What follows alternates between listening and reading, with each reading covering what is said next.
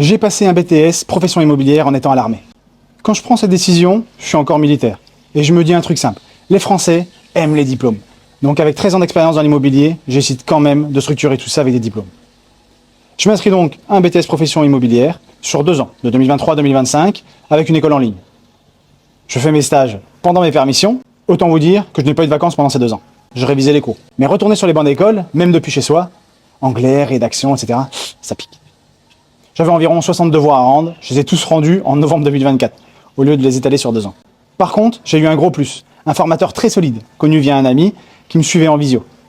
Rien à voir avec l'école, et ça m'a clairement aidé. À partir de janvier 2025, je monte en puissance, environ 6 heures de révision par jour, parfois en rognant sur mes nuits. Faut savoir ce qu'on veut.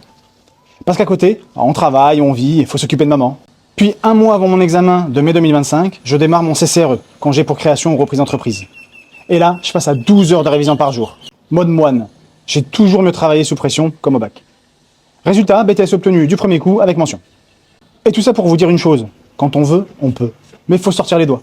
Réduire son confort, réduire son sommeil, ses activités, ses hobbies et parfois ses sorties et même ce que tu consommes à la popote. C'est temporaire, mais ça change tout. Aujourd'hui, j'aide les militaires et les forces de l'ordre, et aussi les civils, à structurer leur patrimoine dans sa globalité, pas juste l'immobilier. Dis-moi en commentaire si toi aussi tu as décidé de te sortir les doigts, et dans ce cas, va voir mon lien en bio, ou si tu penses ne pas avoir besoin de te former. Et n'hésite pas à t'abonner.